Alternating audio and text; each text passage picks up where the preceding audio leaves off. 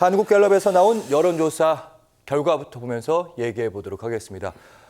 윤 대통령의 지지율을 좀 살펴보도록 하죠. 대통령 직무 수행 평가, 부정평가보다는 긍정평가를 먼저 말하겠습니다. 27%, 그리고 부정평가는 63%. 오차 범위 내에서 계속 횡보하고 있는 수준이라고 보시면 될 것 같고요. 대통령의 지지율, 일반적으로 통상적으로 말하는 지지율은 20% 후반. 비슷한 여론조사 MBS라고 하는데 그쪽도 비슷한 수치더라고요. 조사 일시 잠깐 말씀드리면 한국갤럽에서 했고요.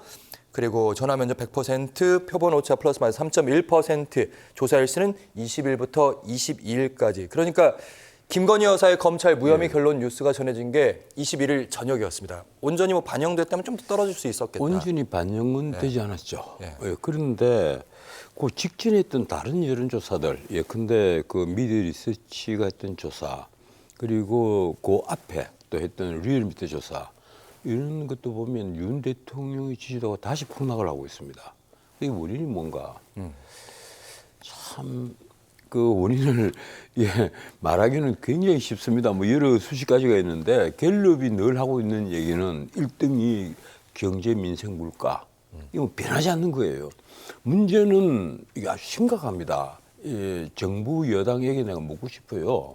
지금 윤 대통령께서 지지율이 4, 5, 6, 7, 8, 5개월 동안 30%가 무너져서 바닥권이 치고 있다. 30%를 올라서지를 못하고 있다. 이런데 당신들 뭐 하고 있느냐 지금. 그 원인은 경제, 민생, 물가라고 다 이미 나와 있다. 거기에다가 어제 이제 그 한국은행 이창용 그 은행장이 금융통화위원회를 열어가지고 이 금리를 기준금리를 3.50%로 그대로 유지를 하기로 해버렸습니다. 떨어질 거란 기대도 있었는데. 이러니까 대통령실에서도 이제 너무한 거 아니냐. 내수 진작을 위해서 좀 낮췄으면. 실제 언론에서 굉장히 비판적인 시선으로 이 문제를 다루는 언론이 굉장히 많아요. 이게 좀 너무한 것 같다. 왜 그런가 하면 가계부채가 작년 연말 기준으로 1,885조 5천억, 그래 1,886조였는데 그것이 워낙 고금리이다 보니까 이제 1분기에 한 3조 천억 정도 줄었어요. 그런데 그게 다시 13조 확 늘어가지고 1,896조가 돼버렸단 말이에요. 지금 6월 말 기준으로. 그러니까 그게 한국은행이 지금 한은이 발표를 한 겁니다. 그러면 1,896조의 빚을 지고 있는 국민들. 근데 그것뿐이 아니에요. 옆에 자영업자들 빚까지 더하면 2,580조가 됩니다. 얼마라고요? 2,580조. 2,580조. 그걸 실질 가계부채라고 그래요. 작년 말 기준으로 2,573조. 그 인터넷에 검색해보면 당장 다 나옵니다. 작년 말 기준으로는 2,573조인데 적어도 2,580조는 넘을 겁니다. 제가 보기에. 그러면 그 많은 빚을 지고 있는 그 일반 서민들, 중산층, 그리고 자영업자들이요 지금 연체율이 10%를 넘어서고 폐업률이 그렇게 엄청나죠. 엄청나게 폐업을 한단 말이에요. 이러니까 민심이 지금 바닥권이에요. 이 문제를 하루빨리 해결을 해야 되는데 제가 늘 얘기합니다만 등 따쓰고 배불러야 국민들이 대통령도 눈에 보이고 박수도 치고 이러는데 이건 아니란 말이에요. 근데 한국은행 설명은 이런 겁니다. 그러니까 주택담보대출도 아까 말씀하셨듯이 계속 늘고 있단 말이죠. 주담대가 계속 는다. 이분 만약에 여기서 금리를 낮춰버리면 혹시라도 지금 서울의 집값이 심상치가 않습니다. 혹시 여기다 불을 제공할까 봐 겁난 것 같은데. 이창용 은행장이 한 얘기는 바로 그거예요. 금통위원들은 만장일치로 왜 그대로 3.50%로 하기로 했느냐.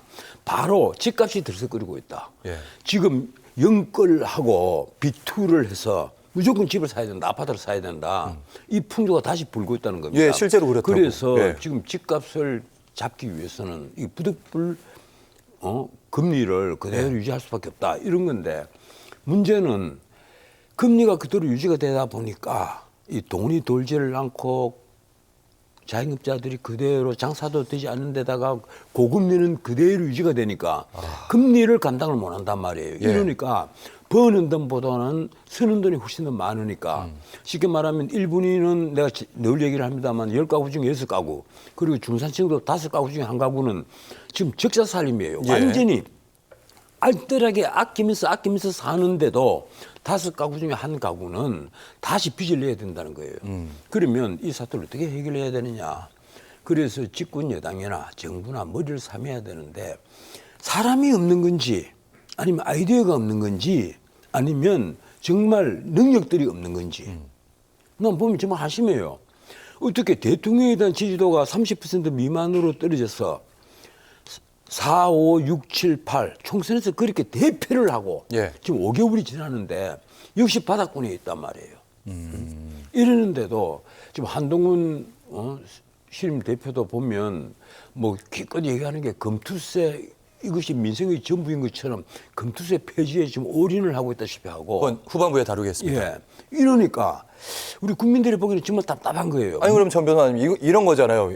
한국은행이 일단 그 금리를 결정하는 거니까 독립성은 있는 거니까 그 부분은 이제 어쩔 수 없다 치더라도 그럼 차라리 이럴 바에는 이제 좀 정부의 고관을 좀 풀어가지고 내수 신작을 하는 게 어떤가? 아니죠. 정부의 고관 풀 게 없잖아요. 지금 국가 채무가 네.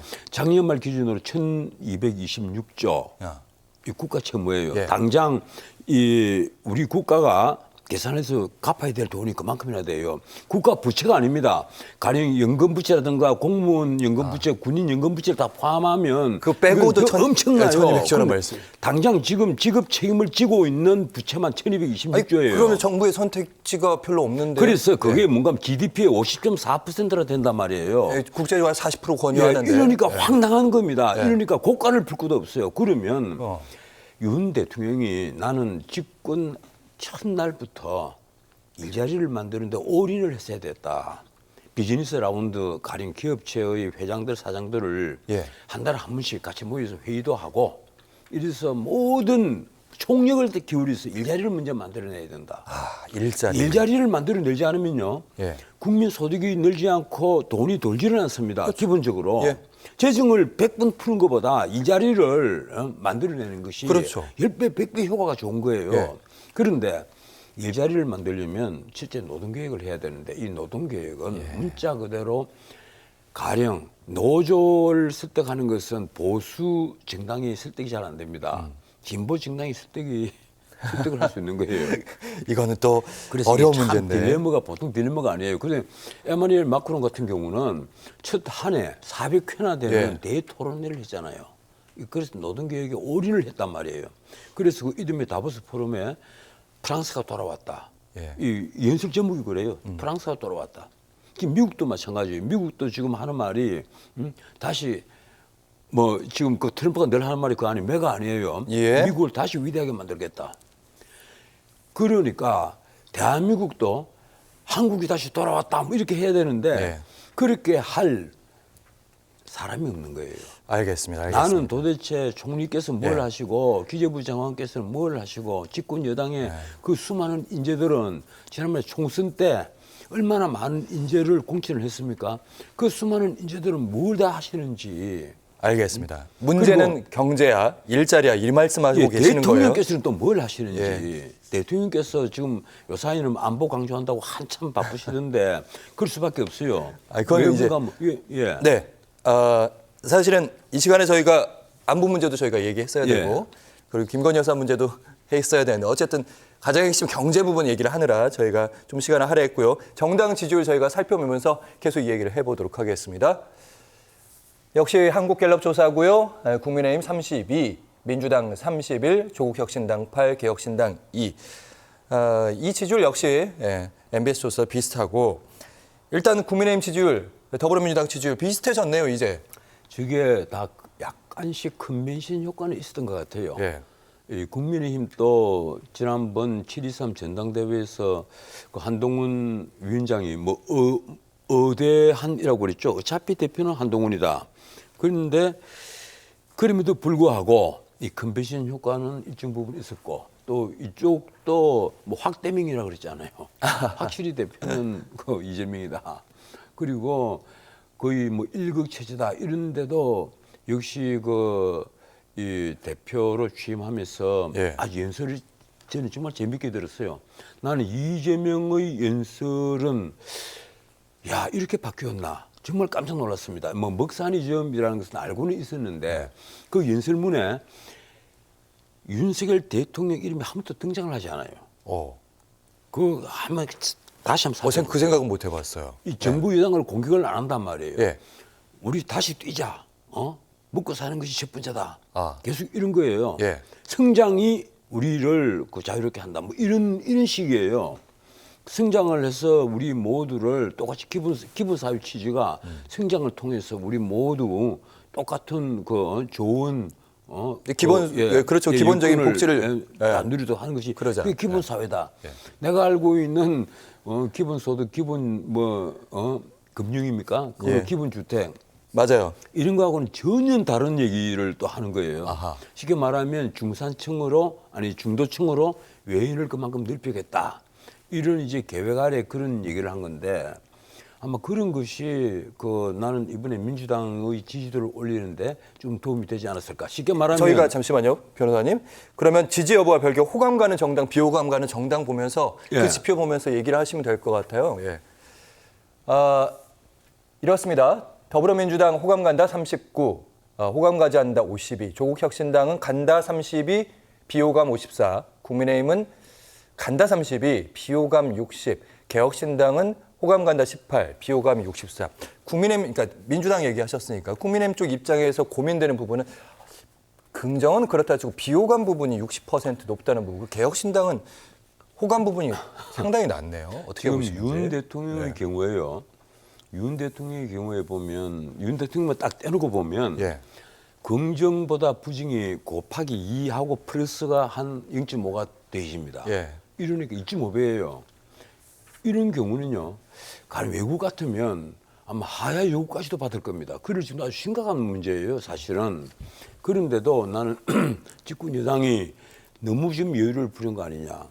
그런데 더불어민주당의 경우에는 이게 그래도 보면 호감이 간다가 좀 높지 않습니까?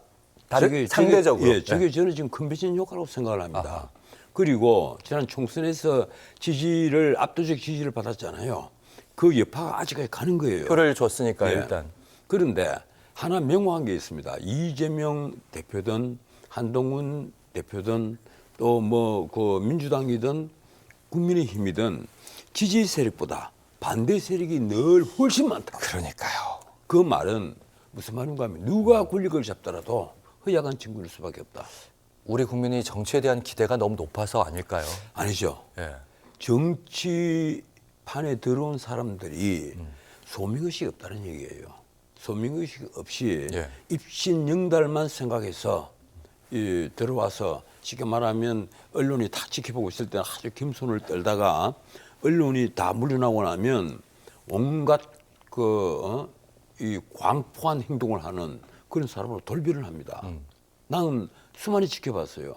그래서 우리 정치판에 정말 이 물갈이라고 하면 뭐 정치인들이 물고기도 아닌데 물갈이 하면 좀 표현은 이상한데 새로운 인물. 정말 물갈이를 한번 할 때가 오지 않았나 하는 생각을 총선 때마다 저도 해요.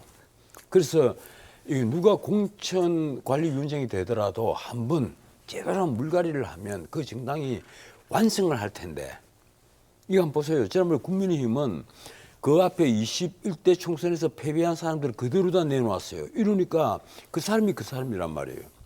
이러니까 그것도 하나의 패배의 원인이 됐습니다. 그런데 민주당은 비명 행사를 시키면서 비명을 그 원내대표를 지낸 세 사람이 이번에 다 낙마를 다 했습니다. 뭐 홍익표는 자신에서 스쳐 올라가서 낙마를 했지만은 아예 공천을 못 받은 경우들이 있었죠.